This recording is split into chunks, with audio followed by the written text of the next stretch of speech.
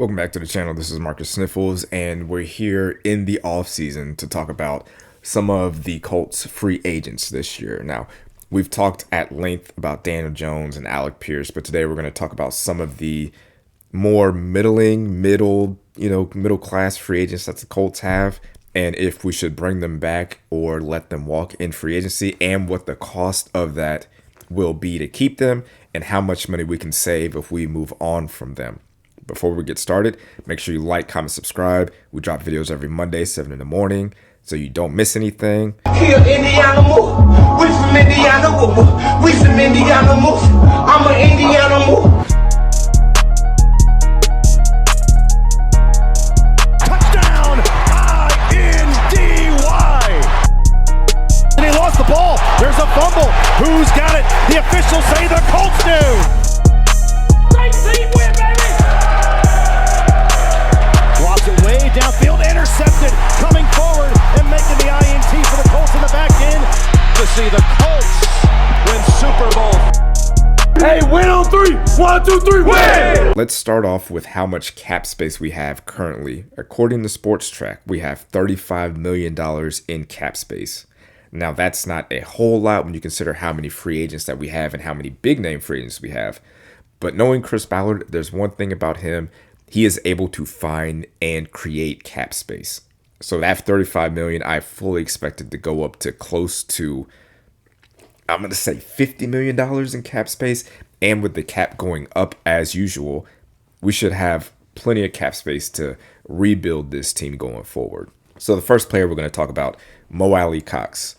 Now, he's been here for 8 years, undrafted free agent. Last year, he had 13 catches, 117 yards, and 1 touchdown. And he made $2 million last year. His value is not in his pass catching ability. His value is in his blocking. He is one of the best pass blocking tight ends in the entire NFL.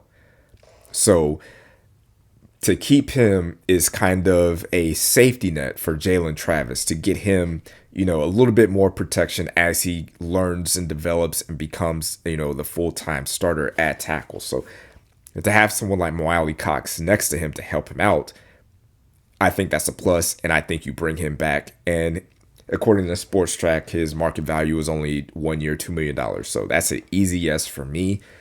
And I feel like you always, as a team, you have to have someone like this on your team. You have to have one of those, late round or undrafted players on your roster to show younger players that if you work hard, you will be rewarded here, and that you should keep grinding because you can have a place on this team as a undrafted free agent. The next person we have, Braden Smith. Last year, he made $17.5 million, 29 years old. He's in his 8th year, 2nd round pick. His market value is pretty high. 3 years, $40 million at $13 million a year. Now, Braden Smith, for his tenure in Indianapolis, he's been a stalwart, been reliable when he's on the field. He has had injuries and on and off field issues. I think it's probably time to move on from him at that cost. Knowing that we have Jalen Travis, knowing that we have Tony Sparano to coach him up, I trust in Tony Sparano to coach up Jalen Travis to become a productive right tackle. Now, having a good to great right tackle is important, but if we can get 75 to 80% of the production of Braden Smith from Jalen Travis for a quarter of the price, I say we roll with that. And that's why bringing Mo Alie-Cox, I think, is also a must-have. So with Braden Smith, we're going to say goodbye. The next person we got on the list, Kwity Paye. Last year, he made $13 million. He's 27 years old. He was the 21st pick in the NFL draft, and he had 4 sacks, 39 tackles combined, 15 solo tackles, and 6 tackles for a loss. He's been on the team for 5 years and has yet to show any flashes of a first-round pick. Like, there's never been a game where it's like, wow, Kwity Paye took over. He has been dominant all game long. He's been harassing the quarterback, pressuring the quarterback, bringing the quarterback down, causing fumbles, strip sacks, nothing. There's never been a moment in this season where we've been like, wow, Kwity Paye really left his mark on that game. And for a first-round pick that's been here for 5 years and hasn't done that, his market value at this point, I don't know how true this is, but it's saying 3 years, $53 million, $17 million a year for what? For 4 sacks a game? And last year, he was invisible for so many parts of the season. Like, it'd be one thing if Kwity Paye was our best pass rusher, but Kwity Paye gets a lot of single coverage. He gets a lot of one-on-one matchups. Laiatu Latu's the one that's getting double teamed. He's the one that's getting chip blocked. DeForest Buckner demands a lot of attention. You get one-on-one opportunities and you're not taking advantage of them. You're not a productive enough player to justify that price tag. So I'm saying no. And I feel like a lot of people would say no to that. I feel like a lot of teams will look at this market value and look at his production and say, no, thank you. $17 million a year for 4 sacks? No. The next player we got, Jermaine Pratt. Now, last year, he only made $1.5 million because he was a free agent from the Raiders. Been in the league for 7 years, 29 years old. He only played 12 games for us, but he had 1 interception, 1 fumble force, 2 fumble recoveries. He was 3rd on the team in tackles, combined with 101 and 57 solo tackles and 5 tackles for a loss. 3rd on the team in tackles, only playing 12 games. That's very productive. 1 interception, 1 fumble forced. How many did Zaire Franklin have? Zaire Franklin didn't have any interceptions. I don't think he had any fumbles forced. Now, he didn't have any sacks, but I'm saying yes to this because, for one, his market value is only 1 year, $3 million. Chris Ballard said we did need to get younger and faster on defense. And obviously, Jermaine Pratt is not young because he'll be 30 next year. But I always value players that understand the scheme that we're playing in. Lou Anarumo's defensive scheme is complicated. It's not, Gus Bradley's, base cover 2 scheme. There's a lot going on. And for you to have someone like Jermaine Pratt, who's played under Lou Anarumo for years and played last year, I view Jermaine Pratt as more of a coach on the field. Now, I'm hoping that the likes of Hunter Wooler, Jalen Carly, hopefully we draft a linebacker or bring someone in free agency, can kind of supplant Jermaine Pratt. But to have him as a coach on the field and to help people learn the defensive system, I think there is value in that, and I would bring him back. I'm going to go ahead and tell you guys something. About 90% of you guys that watch this video are not subscribed to the channel. Don't be a weirdo. Subscribe to the channel. Don't be part of the 90%. Be a part of the 10%. And let's get that 10% to 90%. So 90% of you guys that are watching are actually subscribed. That would help me out a lot.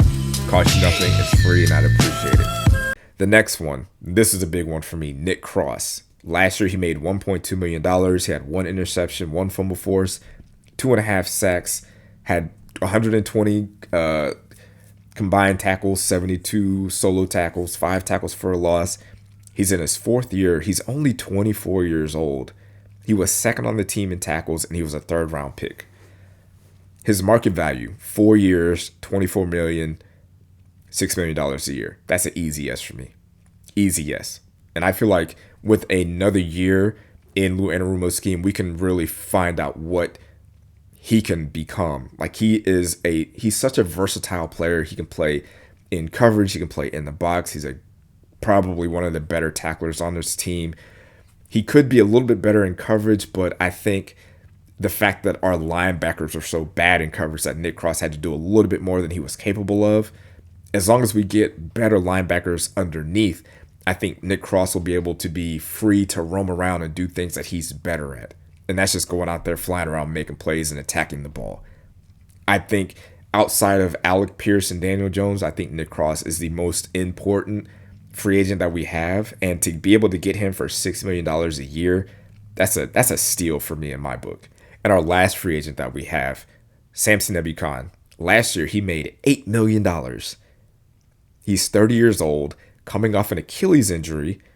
He was a free agent from the 49ers, and his market value is 2 years, $5.8 million. And just to kind of go at his stats, he had 2 sacks, 5 tackles for a loss, 33 combined tackles, and 22 solo tackles. No, thank you. No, thank you. He was good 2 years ago, but coming off an Achilles tear with his age and his lack of production and at that price, paying him almost $6 million for that level of production is almost like bringing back Kwity Paye. Like, obviously, letting go of Kwity Paye and Samson Ebukam is going to make defensive end a higher priority in the draft, which I'm totally fine with. You have to build in the trenches, and if you can do it in the draft or free agency, go ahead and do that. But paying players that aren't being productive on this defense is not going to work. We need to save money and spend that money on productive players, players that we know that can go out there and produce. Trey Hendrickson, maybe. I don't know. Maybe we can afford him. You made it this far. If you have not liked the video at this point, what are you waiting for? Just like the video. Hit the like button right now. I'm talking to you. Make sure you like the video and subscribe and drop a comment. All that stuff. This is a threat. Not a threat, a warning. But it could be a threat. Just do it. But if we look at all these, and then we stick at their market value, we keep Wiley Cox, we let Braden Smith go, we let Kwity Paye go, we keep Jermaine Pratt, we keep Nick Cross, and we let go of Samson Ebukam, we save $36 million. And that's just going off of market value. So from 35, add another $36 million to that cap space. Like, we have a lot more cap room and a lot more stuff to play around with.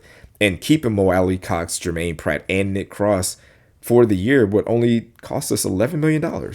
That's an improvement to me. And we get rid of, I don't want to talk about them like they're cattle or not people or anything, but you get rid of some of the dead weight that's been on this roster and kind of turn the page and move forward. So those are my suggestions for what we do in free agency with the Colts free agents. Now, we won't really know about what other free agents are available outside as far as like other teams until, the calendar year opens up. And then we'll talk about who the Colts should target and who we can afford to bring in. But let me know what you guys think. Should we keep all of these players? Should we let them all go? Who should be the priority outside of Alec Pierce and Daniel Jones? Let me know in the comments. Make sure you like, comment, and subscribe. Every Monday, 7 in the morning, we're dropping videos, so be there. Go Colts. Thanks for watching, babe. Make sure to like this video and subscribe to the channel.